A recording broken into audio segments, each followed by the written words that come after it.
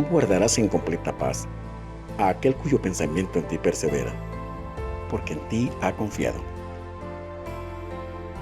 Bienvenido de nuevo, estimado amigo y hermano en Cristo Jesús. El Centro Evangelístico Fe, Esperanza y Amor le trae un mensaje de Dios para su vida.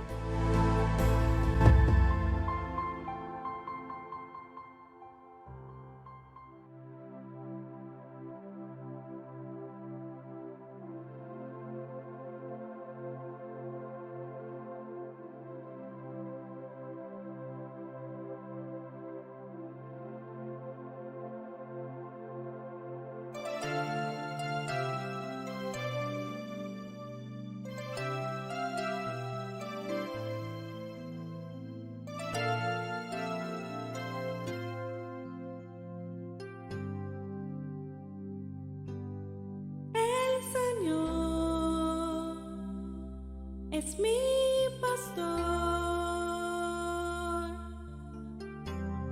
nada me faltará. El Señor es mi pastor, en lugares delicados Él me hará descansar, junto a aguas de reposo me pastoreará, confortará mi alma, me guiará por sendas de justicia, por amor de su nombre.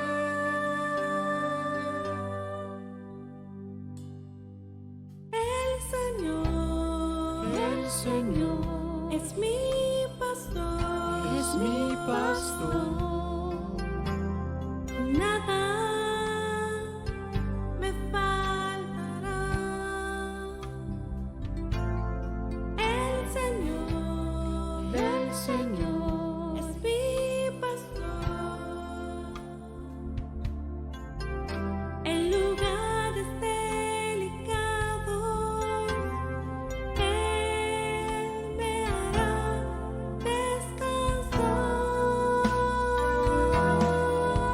junto a aguas de reposo me pastoreará, confortará mi alma, me guiará por sendas de justicia, por amor de su nombre.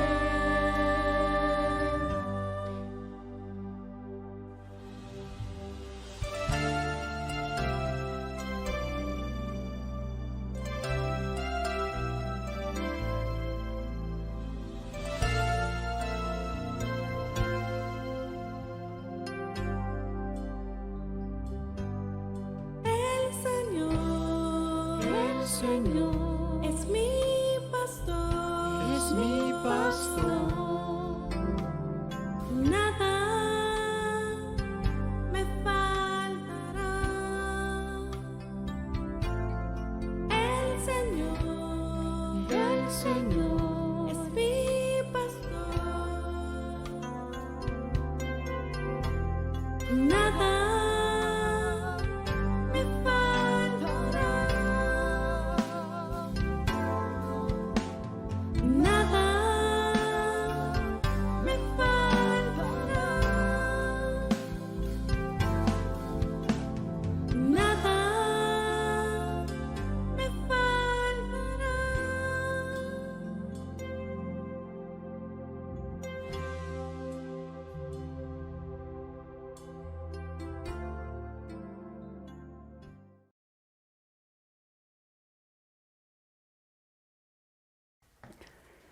Buenas noches, hermanos, el Señor les bendiga.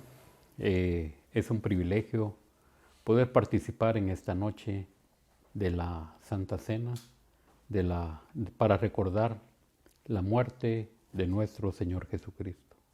Damos gracias a Dios por poder llegar hasta sus hogares y desear que usted se encuentre bien. Estos momentos son especiales porque son momentos en que nos debemos de unir, nos debemos de poner,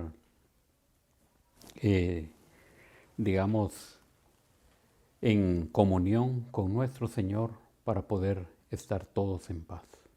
Sabemos que la palabra del Señor nos exhorta que debemos de amarnos los unos a los otros y que debemos de estar en paz todos para poder participar de la comunión del Señor. Esta noche, antes de dar inicio, queremos orar y pedir la dirección del Señor para que Él sea el que nos dirija.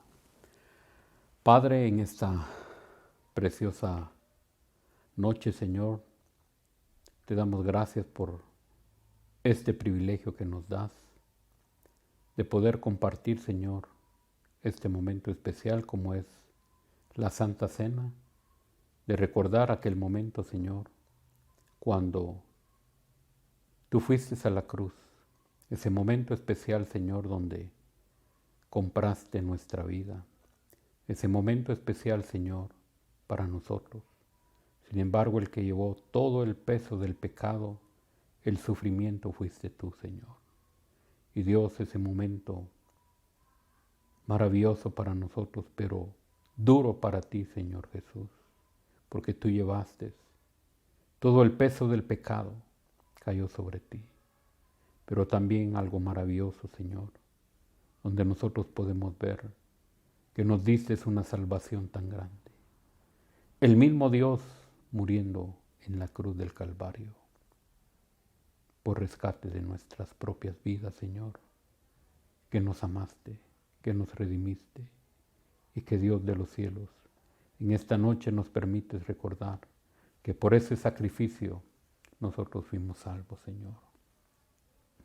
Padre, te alabamos y te bendecimos y te damos gracias en este momento por poder ser partícipe, Señor, de este momento maravilloso. En el nombre del Señor Jesús.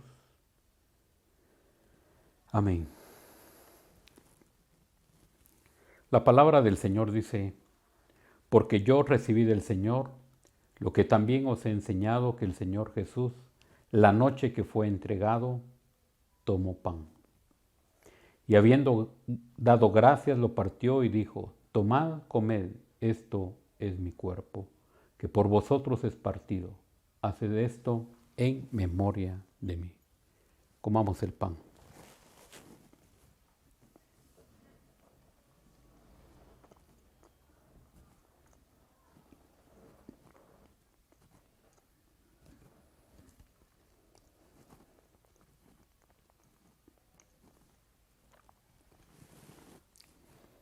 Asimismo también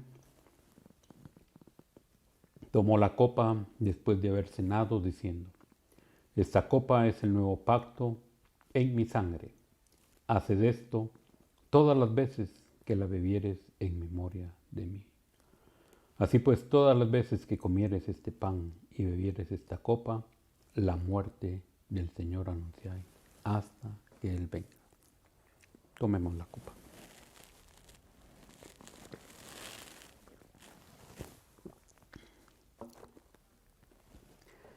Padre, muchas gracias por estos momentos, Señor, de comunión con tus hijos. Padre, gracias por recordar que tú moriste en la cruz del Calvario y que fuimos perdonados por ti, Señor.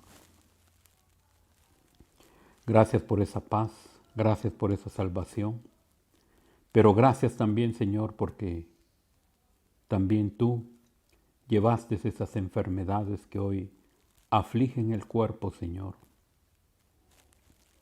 Oramos y pedimos, Señor, que en este momento seas tú propicio, Señor, a aquellos que tienen algún problema en su cuerpo, que están pasando alguna aflicción, alguna enfermedad, Oramos para que tu palabra sea la que sane esos cuerpos, Señor. Tu palabra dice que Dios, esa palabra es poderosa, que entra hasta partir los huesos, los tuétanos, que entra hasta donde está la enfermedad, Señor. Sana toda dolencia en el nombre del Señor Jesús. Aquellos que tienen alguna aflicción sean sanos en el nombre del Señor Jesús. Padre, oramos para que tú sanes a tus hijos, porque por tus llagas fuimos nosotros curados. Nosotros creemos y nosotros nos aferramos a esa palabra maravillosa, Señor.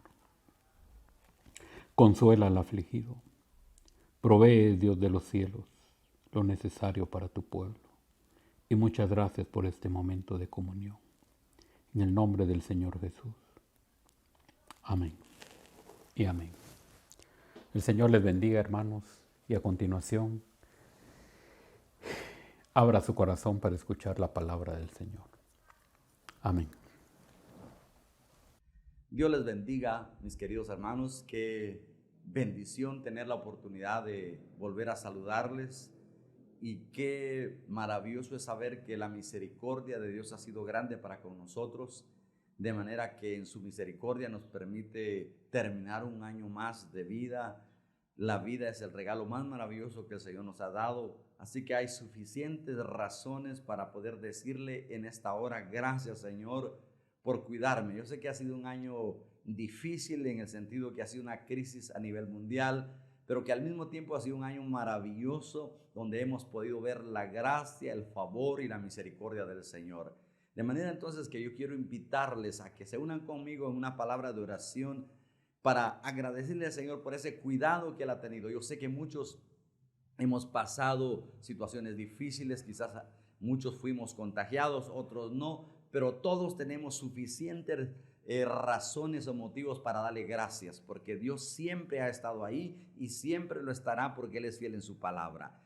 Vamos a orar. Quiero que usted se una conmigo y que podamos entrar al trono de la gracia por medio de nuestro Señor Jesucristo. Padre celestial, te agradecemos por darnos la dicha de tener vida, de tener salud y de ser parte de tus planes y tus propósitos. Gracias por todo lo bueno y lo maravilloso que has hecho durante este año que ha terminado. Gracias, Señor, por habernos bendecido, por habernos sostenido, por habernos fortalecido, porque aun cuando tuvimos que pasar por el fuego, por las aguas, tú estuviste ahí para corroborarnos, para fortalecernos. Gracias por ese pueblo, por las familias que han sido preservadas. Gracias por tu provisión, gracias por tu bendición. Y gracias porque también tenemos la dicha de poder escuchar tu palabra. Gracias porque sé que tú siempre has hablado al corazón de tu iglesia, Señor. Y esta hora yo oro para que esta palabra que vamos a meditar pueda llevar fruto, pueda llevar bendición, edificación para cada uno. Espíritu Santo de Dios, te suplico que traigas la edificación necesaria, que abras nuestro entendimiento y nos reveles la palabra que todos necesitamos conocer. En el nombre de Jesús, gracias, Señor, por esta palabra. Amén y amén. Vamos a invitarles a tomar su Biblia, por favor. Vamos a leer en el capítulo 2 del Evangelio de Juan. Vamos a leer una parábola, o una historia, mejor dicho, y es una historia muy conocida, y vamos a reflexionar sobre el tema: Jesús da el mejor vino.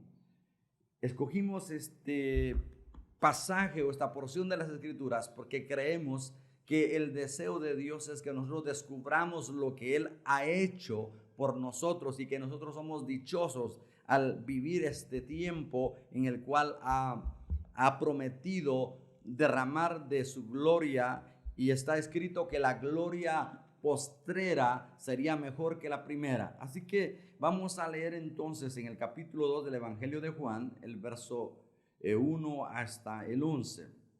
Dice: al tercer día se hicieron unas bodas en Caná de Galilea, y estaba ahí la madre de Jesús. Y fueron también invitados a las bodas Jesús y sus discípulos. Y faltando el vino, la madre de Jesús le dijo, no tienen vino. Jesús le dijo, ¿qué tienes conmigo, mujer? Aún no ha venido mi hora.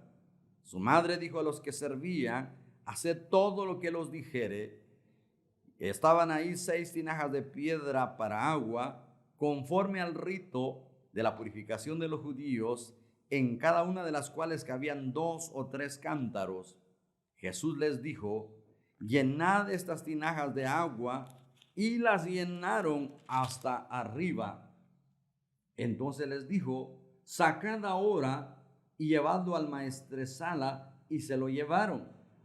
Cuando el maestresala probó el agua hecha vino, sin saber el de dónde era, aunque lo sabían los sirvientes que habían sacado el agua, llamó al esposo, y él le dijo, todo hombre sirve primero el buen vino, y cuando ya han bebido mucho, entonces el inferior, mas tú has reservado el buen vino hasta ahora. Este principio de señales hizo Jesús en Caná de Galilea, y manifestó su gloria, y sus discípulos creyeron en él. Indudablemente, el ministerio público de nuestro Señor Jesucristo comienza con una fiesta. El evangelista Juan está haciendo alusión que el ministerio de Jesús empieza con un milagro que es una de las primeras señales donde él manifestó su gloria. Los demás evangelios lo enfocan de otra manera. Mateo, por ejemplo, hace énfasis en que el primer mensaje, la primera enseñanza, el primer sermón de Cristo fue el sermón del monte. Sin embargo, debemos de retroceder un poquito antes. Tenemos que tener bien claro que antes de que Jesucristo naciera, hubo un silencio de 400 años entre el Antiguo Testamento y el Nuevo Testamento. Durante esos 400 años de silencio que se conocen, Dios no habló, Dios no se manifestó. Eso no quiere decir que no hubo gente que amó a Dios, siempre hubo un remanente fiel. Y entonces, cuando Jesucristo viene a este mundo, a su llegada a este mundo, su llegada de nuestro Señor Jesucristo, su nacimiento, se vio o se manifestaron un sinfín de cosas. Y dentro de las primeras que ocurrió es que Elizabeth, la esposa de Zacarías, Elizabeth era una ancianita y a esto se sumaba que era estéril, resulta embarazada. Esto fue un estallar de maravillas, algo maravilloso. Elizabeth, siendo estéril, quedó embarazada y es la madre de Juan. Zacarías, su esposo, estaba ministrando, era un hombre piadoso, y cuando él estaba ministrando vio un ángel. Hasta ese momento Dios empieza a manifestarse nuevamente hacia la humanidad, y como consecuencia de que Zacarías fue incrédulo, quedó mudo. Más adelante vemos que una virgen, María, quedó embarazada por el poder del Espíritu Santo. Y luego vemos más adelante que había unos humildes pastores, sencillos, analfabetos, pero que tuvieron el privilegio de hablar con ángeles. Después vemos a hombres muy importantes, a hombres sabios, entendidos, que conocían de astronomía. Estos eran conocidos como los magos de Oriente. Ellos abandonaron su tierra y su seguridad y se dispusieron a seguir una estrella que los guiaba a buscar al rey que había nacido en la nación de Israel. Así que cuando Jesús viene a esta tierra, empiezan a ocurrir un montón de cosas. Y Jesús llega a este mundo triste, aburrido, llega a su pueblo, porque dice a los suyos vino, refiriéndose al pueblo de Israel, y su pueblo estaba bajo del dominio de los romanos, estaban cautivos, estaban en tinieblas. la nación de Israel, Jerusalén, era custodiada por soldados romanos. Por eso cuando Mateo habla acerca de esto en el capítulo 4, verso 15, dice el evangelista Mateo: tierra de Zabulón y tierra de Neftalí, decía, camino del mar al otro lado del Jordán, Galilea de los gentiles, dice, el pueblo asentado en tinieblas vio gran luz, y a los asentados en región de sombra de muerte, luz le resplandeció. Desde entonces comenzó Jesús a predicar y a decir: arrepentíos, porque el reino de los cielos se ha acercado. Leí esta porción de la Escritura para que estemos conscientes que cuando Él viene a un mundo asentado en tinieblas. Después de que Él inicia su ministerio, encontramos que Él encuentra a Simón Pedro y a su hermano Andrés y los llama para que los sigan. Más adelante encuentra a dos hermanos más, que era Jacobo y Juan, los que se conocían como Boanerges, sus primeros 4 discípulos. Y en el capítulo que estamos leyendo, Juan está haciendo mención de un milagro y dice que ese milagro es su primera señal, y esta señal apunta a Cristo. ¿Quién es en realidad Él? Jesús era diferente a los demás profetas que habían venido, porque ahora Jesús lo empiezan a juzgar y a criticar porque decían que Él comía con los pecadores, bebía con los pecadores. Jesús ahora estaba con la gente del pueblo, conviviendo en sus alegrías cotidianas. Jesús muestra su sencillez, su sinceridad ante la vida. Jesús muestra su amor. Esto es algo maravilloso. Él muestra su amistad a la gente más humilde y sencilla. Todo lo contrario era Jesús de la vida de los religiosos de aquella época. Por ejemplo, los esenios vivían en soledad. Juan el Bautista era un profeta austero que vivía en el desierto, no andaba en las ciudades con sus discípulos. Pero ahora en esta situación Jesús aparece con sus discípulos y aparece en una boda. La pregunta es, ¿qué hacía Jesús en una boda? No, alguien podría decir, no debería de haber estado orando, predicando, enseñando, sanando. Sabemos que el ministerio de Jesús cuando estuvo aquí en la tierra fue demasiado cargado. Dice que no tenían tiempo ni siquiera para comer. Sin embargo, Él tomó su tiempo para estar en una boda. La mayoría pueden pensar que la boda es algo terrenal. Sin embargo, la boda o un matrimonio es una institución divina. Por eso Jesucristo le dio la validez que debe de tener. Si Jesús, siendo el hombre más santo y piadoso que ha pisado esta tierra, estuvo en las alegrías de los humanos, de esto podemos decir que Él desea que nosotros nos gocemos, que experimentemos el gozo de nuestra salvación. Jesús no era aburrido, tampoco se hacía del santulón, como diríamos por ahí. Jesús es el dador de todo don perfecto, el dador del gozo. Jesús es el creador de todo lo bueno y de lo bueno en gran manera. Por eso la reflexión de esta hora se llama Jesús da el mejor vino. El vino siempre es figura del gozo, es figura del Espíritu Santo que trae gozo a nuestra vida. Y entonces veamos esto, que Jesucristo es el dador de todo lo que produce gozo.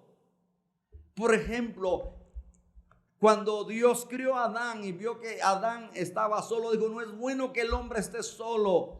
Todo lo que él había hecho era bueno y bueno en gran manera. Lo único que no era bueno es que el hombre estuviera solo. Entonces le hizo su ayuda idónea, y ahí entonces él dijo que todo lo que había creado era bueno y bueno en gran manera. Así que entonces el matrimonio es algo maravilloso, es algo sublime. Pero el Señor no solo creó el matrimonio para que el hombre experimente gozo. El Señor es el que creó las flores. Cuando usted vea las flores, Dios las creó con el propósito de que sintiéramos gozo. Él creó la pradera, los lagos, los ríos, los mares, para que nosotros tuviéramos gozo. El Señor es el que creó la sonrisa, la simpatía de un niño, sus travesuras, todo eso el Señor lo creó con el propósito de traernos gozo. El reír a carcajadas es un privilegio, es una bendición. Todos tenemos cosquillas inclusivemente, pero eso es parte de lo que Dios hizo, porque Él es el dador del gozo. Recibir, por ejemplo, la caricia del esposo, de la esposa, de un niño, de un nieto, es algo glorioso que Dios ha dejado. Cuando usted ve los árboles frutales, eso Dios lo dejó para que usted lo disfrute. El sabor de las comidas, de las frutas, Dios todo lo hizo para que el hombre tuviera gozo, lo disfrutara. Inclusive cuando usted lee, por ejemplo, en la primera carta de Pablo a los Corintios, en el capítulo 10, su verso 31 dice: si pues coméis o bebéis o hacéis otra cosa, hacedlo todo para la gloria de Dios. Todo lo que hagamos es para la gloria de Dios. Eso es importante que lo tomamos en cuenta. Debemos de vivir siempre agradecidos, dando honra y gloria a Dios por todo, porque Él creó un universo, un paraíso, una creación tan maravillosa para que el hombre la disfrutara, porque es Jesucristo el dador de todo lo que produce gozo. Por supuesto, tenemos un enemigo que vino a matar, robar y destruir y quiere que vivamos desanimados, deprimidos, llorando, solos, alejados. Pero Cristo vino para que tengamos vida y vida en abundancia. Y entonces ahora Jesús aparece en una boda, porque el gozo de los cielos se compara con un banquete de bodas. Esto también nos debe recordar a nosotros que un día se van a celebrar unas bodas inigualables, unas bodas maravillosas en el cielo, que son las bodas del Cordero. Jesús en esta ocasión se suma al gozo de una boda terrenal, porque para Él una boda siempre ha sido importante. Y si para Jesús es importante una boda, un matrimonio, también lo debe ser para nosotros. Inclusive Jesús dijo, cuando le preguntaron por qué sus discípulos no ayunaban, Él les dice: ¿acaso pueden ayunar los que están de bodas? Es decir, que la boda es un momento para estar felices, para estar contentos. En la mayoría de ocasiones, en los pueblos, en las aldeas, siempre una boda es una ocasión para estar contentos. Y entonces esta no era la boda de un hijo de Herodes, sino que era la de una humilde pareja de muchachos. Y es precisamente cuando Jesús llega a esta boda. Necesitamos aclarar algunas cosas, que las bodas en ese tiempo duraban hasta 7 días. Así que entonces el que se iba a casar tenía que tener todo lo necesario para poder atender a los invitados durante 7 días. Y según la Escritura, entendemos que Jesús llega a media celebración. Cuando Él llega, el vino se había escaseado. Esto es importante. Note esto. Además, cuando Jesús llega, mire, esto fue algo admirable. Fue el reencuentro de María con su hijo. Porque tenemos que reflexionar y recordar que ya habían pasado varias semanas que Él había dejado sola después de haber vivido 30 años juntos. Todos conocemos perfectamente que Jesucristo fue un hombre, fue 100% hombre y 100% Dios, pero que la Escritura no menciona nada acerca de su vida, qué pasó durante esos 30 años. Lo único que menciona es que a la edad de 12 años Él se había quedado en el templo discutiendo con los grandes doctores de la ley. Pero de ahí ya no se sabe nada más. Lo que sí sabemos es que Jesucristo fue un hijo increíble y admirable. Pero a estas alturas Jesucristo ya había pasado varias semanas que había dejado sola a su madre.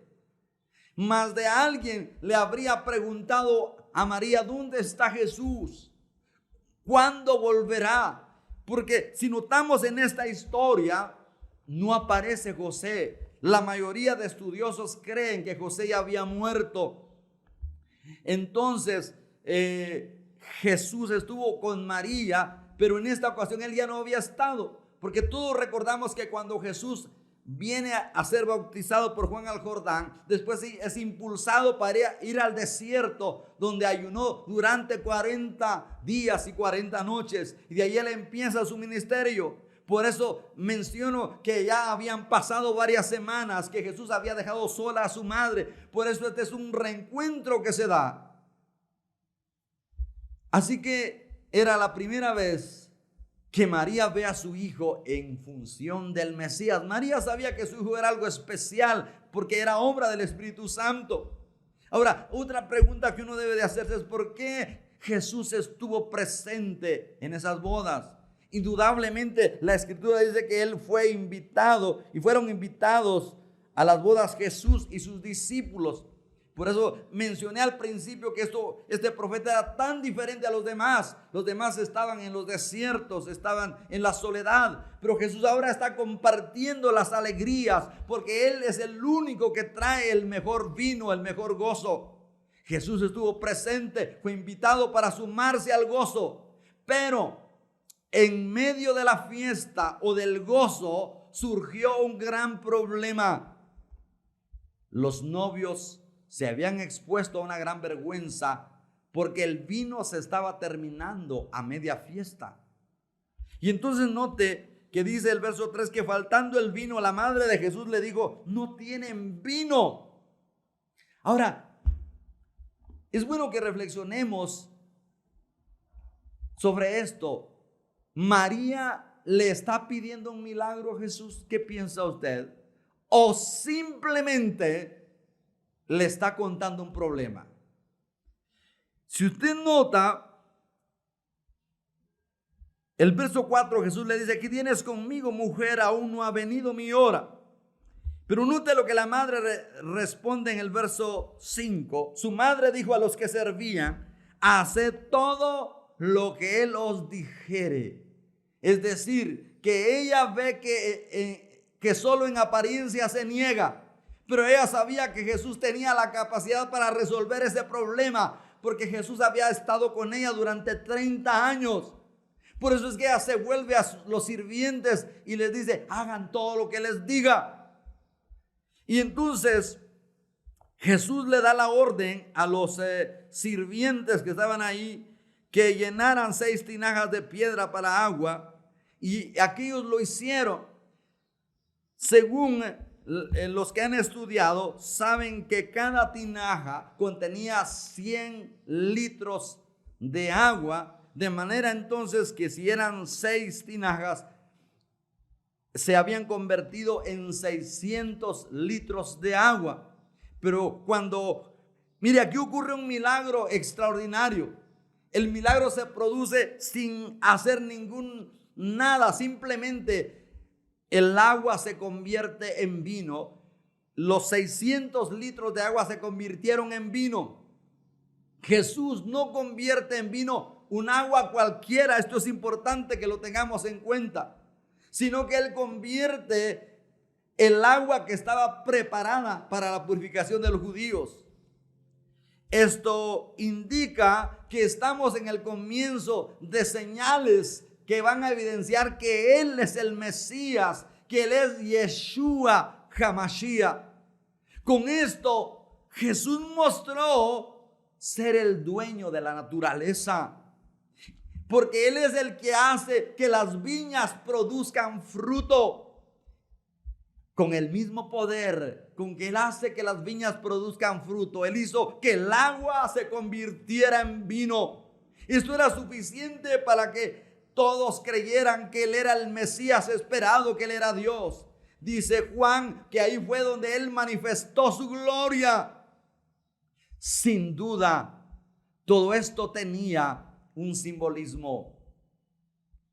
El simbolismo es que señalaba el paso de la ley a la gracia. Los padres de la iglesia, dentro de ellos encontramos a Orígenes, y él decía que este vino nuevo es la doctrina nueva de Cristo. Así que entonces el agua parece representar la religión de los judíos. Según el versículo 6, dice ahí, y estaban ahí 6 tinajas de agua, 6 tinajas de piedra para agua, conforme al rito de la purificación de los judíos, en cada una de las cuales cabían 2 o 3 cántaros. Y hay otra situación en el verso 7. Jesús le dijo, llenad estas tinajas de agua, y las llenaron hasta arriba. Note entonces que el agua representa la religión de los judíos y el vino nuevo representa el nuevo pacto, representa la gracia. Pero la orden era que los sirvientes llenaran esas tinajas y las llenaran hasta arriba, es decir, que hasta que rebosaran. Esto era con un propósito muy especial, para que nadie pensara que iba a haber un truco, es decir, que este milagro era verdadero, era auténtico, porque si las tinajas fueron llenas hasta rebosar, no había opción de pensar que Jesús le había echado más de algún líquido para cambiarle el sabor al agua. No. Las tinajas estaban completamente llenas, así que no se podía mezclar con ningún otro líquido. El milagro fue instantáneo, y esto era con el propósito de que reconocieran que Él era el Mesías. Este no fue un milagro de una sanidad, de una liberación. Marcos se enfoca que cuando Jesús empieza su ministerio, entra a una iglesia, estaba un hombre con un espíritu inmundo. Pero aquí Juan está hablando o presentando las señales que demuestran que Jesucristo es Dios, que Jesucristo es el Mesías. Así que entonces estos 600 litros de agua se han convertido en vino. Esto habla de la sobreabundancia de la gracia. Cuando leemos en Romanos, dice que cuando abundó el pecado, también sobreabundó la gracia. Esta transformación del agua en vino es signo de la bendición de Dios. Pero también nos habla acerca de la llegada del Mesías. Es ahí donde Él manifiesta su gloria. Este vino nuevo, y esto es importante que nosotros lo tengamos en cuenta, que anuncia la renovación que Jesús va a traer. Jesús indudablemente viene a restaurar todas las cosas, y algo que para ellos era nuevo y que no lo entendía. Por ejemplo, cuando leemos ahí en el mismo capítulo 2, en el verso 19, verso 18, los judíos le piden una señal. Y dice, ¿qué señal nos muestras ya que haces esto? Respondió Jesús y le dijo, destruid este templo y en 3 días lo levantaré. Dijeron luego los judíos, en 46 años fue edificado este templo y tú en 3 días lo levantarás. Verso 21, mas él hablaba del templo de su cuerpo. Por eso dije que el vino nuevo anuncia la renovación que Jesús va a traer. Ahora Jesús está hablando de un nuevo templo, pero no era un templo hecho por manos de hombres. Dice la escritura en el verso 21 que él hablaba del templo de su cuerpo, porque todos sabemos que ese famoso templo de Herodes, era tan lujoso, fue destruido en el año 70 y ahí en adelante no hubo más templo, porque ahora el templo somos nosotros. Por eso Jesús está hablando de un nuevo templo. Eso es lo que enseña este vino nuevo, que anuncia la renovación que Jesús está trayendo a la humanidad. Más adelante, en el capítulo 3 de este mismo libro, encontramos que Jesús está hablando con un maestro de la ley, como lo era Nicodemo, era un principal. Y lo triste es que este Nicodemo no tenía entendimiento claro de cómo entrar en el reino de los cielos. Y entonces Jesucristo a Nicodemo le habla que para entrar al reino de los cielos hay que nacer de nuevo. Le está hablando de un nuevo nacimiento. Note que todo lo que Jesucristo está hablando es de algo nuevo. Para entrar en este reino hay que nacer de nuevo. Necesitamos ese nuevo nacimiento. Y vale la pena, y quizás me gustaría mencionar, que ya en el capítulo 4, nosotros nos damos cuenta que Jesús empieza a hablar con una mujer samaritana, una mujer despreciada por los judíos, pero empieza a hablar con ella acerca de un nuevo culto, de una nueva adoración, porque la mujer le dice: Señor, dice, nuestros padres nos enseñaron a adorar en este monte, y los judíos dicen que en este otro. ¿Cuál es el verdadero? Jesús le dice: mujer, créeme que ni en este monte ni en el otro, sino que viene la hora, y la hora ha llegado cuando los verdaderos adoradores, dice, adorarán al Padre en espíritu y en verdad.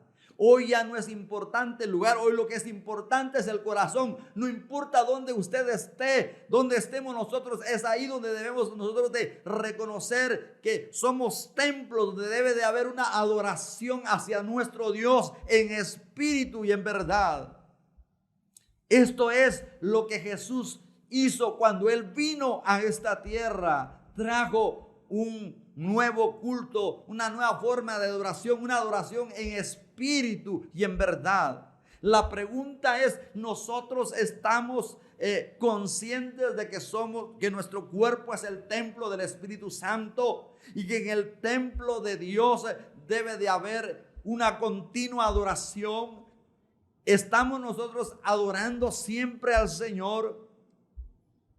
El vino nuevo sustituye el agua de ayer, es decir, la agua de la purificación que dijimos que era la religión de los judíos. El agua de la purificación es el agua del antiguo culto. Pero el mejor vino que Jesús hizo representa la gracia y la verdad de Jesucristo. Aquí hay cosas que nosotros debemos de prestarle mucha atención. En el capítulo 2 que hemos estado estudiando, cuando los sirvientes llenaron las tinajas con agua, encontramos que Jesucristo le habla a los sirvientes que le lleven el agua hecha vino al maestresala, aunque dice el verso 9, aunque lo sabían los sirvientes que habían sacado el agua, llamó al esposo. El maestresala no sabía qué había pasado, simplemente le llevaron el agua hecha vino. Y entonces por eso el maestresala está sorprendido en el verso 10 y dice: todo hombre sirve primero el buen vino, y cuando ya han bebido mucho, entonces el inferior. Mas tú has reservado el buen vino hasta ahora. Mire, el maestresala estaba sorprendido porque este novio había dejado el mejor vino para el final. Y nosotros conocemos que en realidad el novio, no sé qué había pasado, pero el vino se había escaseado. Pero como Jesucristo llega y transforma el agua en vino, así que lo sacó al novio de un gran problema, de una gran vergüenza. Pero el maestresala no sabía que ese vino o que el agua se había convertido en vino.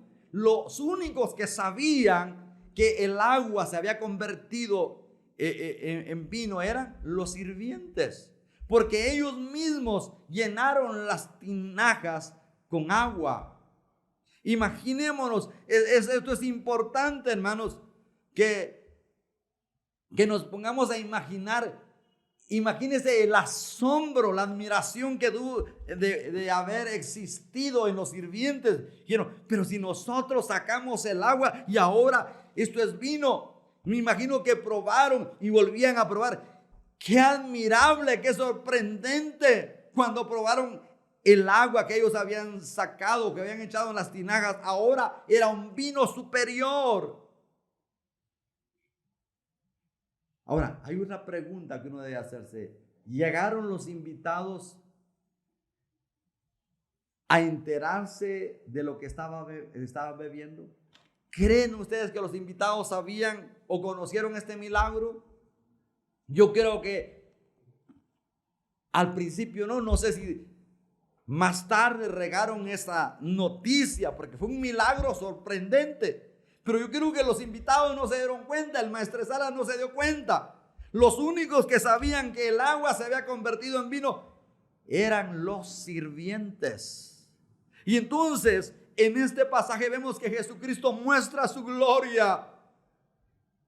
Ahora la pregunta es, ¿quiénes creyeron en Él? Si usted ve conmigo, el verso 11 dice, este principio de señales hizo Jesús en Caná de Galilea y manifestó su gloria y sus discípulos creyeron en Él. No fue toda la multitud. Claro que se admiraban de su doctrina, de lo que Él hacía. Era un gran hombre, un gran profeta para ellos. Pero este milagro fue donde Él manifestó su gloria y los que creyeron en Él como el Mesías, como Dios, como el ungido de Dios, fueron sus discípulos. Esto es bien importante que nosotros lo tengamos en cuenta. Solo sus discípulos lo reconocieron como el Mesías. De esto nosotros podemos decir que solamente Jesús nos trae o nos da el mejor vino, el mejor gozo. Solo Jesús nos da esa paz que sobrepasa todo entendimiento, esa paz perfecta que nos puede ayudar aún en los momentos difíciles. Esa paz verdadera solo Jesús la puede dar. Solo Jesús nos da ese amor verdadero, esa vida y esa vida en abundancia. Y note, mi querido hermano, el deseo de nuestro Señor Jesucristo es que estemos siempre gozosos. Así está escrito. Cuando usted lee Tesalonicenses, Pablo dice, ahí en el capítulo 5, verso 16, estad siempre gozosos. Porque Jesús trae ese buen vino. Si Él ya vive en nuestro corazón, usted debe de tener ese gozo, el gozo de su salvación. El profeta diría, el gozo del Señor es mi fortaleza. El deseo de Dios es que estemos siempre gozosos. ¿Cómo está su vida? A lo mejor usted no ha experimentado eso, a lo mejor usted se está quejando por la vida, quejando de las situaciones. Pero hay muchos pasajes donde vemos que el deseo de Dios es que estemos gozosos, que seamos felices, gozados y alegrados. Así dice la Escritura. Cuando Pablo le escribe a los hermanos de Filipo, le dice, regocijaos en el Señor siempre. Os digo, regocijaos. Debemos de alegrarnos en Él. Necesitamos a Jesús en nuestras fiestas. En esta historia vemos la importancia de invitar a Jesús en todo lo que hacemos. Jesús es el único que tiene el poder para solucionar nuestros problemas y para cambiar nuestras vergüenzas en alegrías, porque indudablemente esta pareja iba a pasar vergüenzas, saber qué iban a decir de ellos, pero Jesús viene y hace un milagro extraordinario.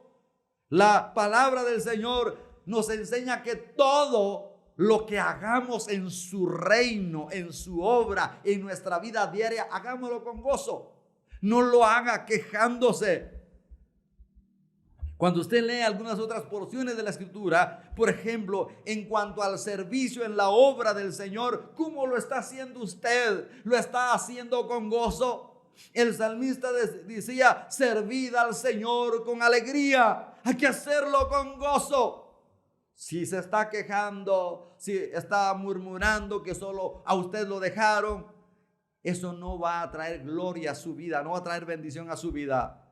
Acuérdese que debemos de servirle al Señor con alegría.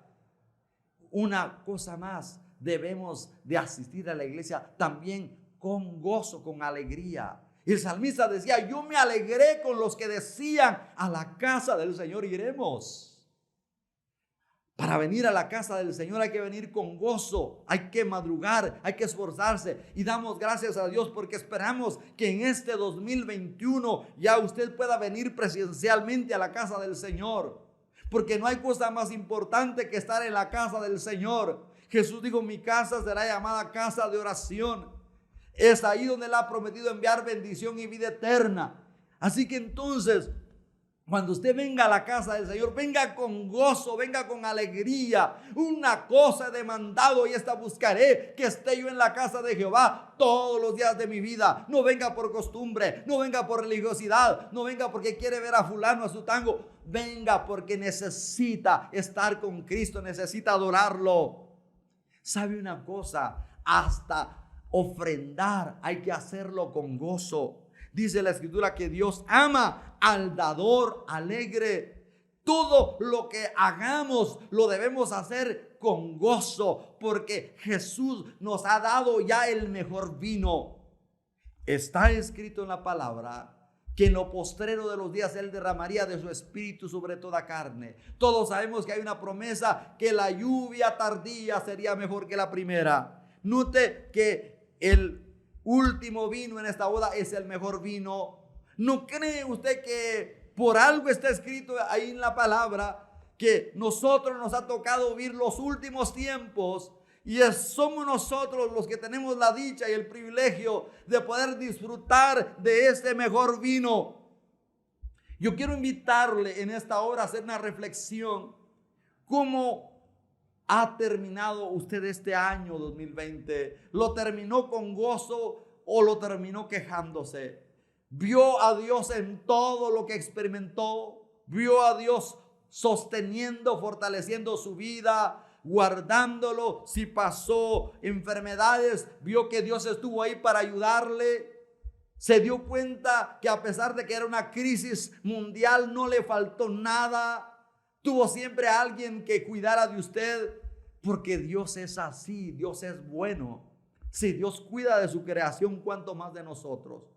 ¿Cómo estamos terminando el año? ¿Lo estamos terminando con gozo? ¿Cree que ahora somos mejores cristianos? En las empresas normalmente siempre hacen un inventario para saber cómo está, si hubo ganancia o hubo pérdida. ¿No cree que esta es una buena ocasión para examinarnos y saber cuánto crecimos en este año que está terminando?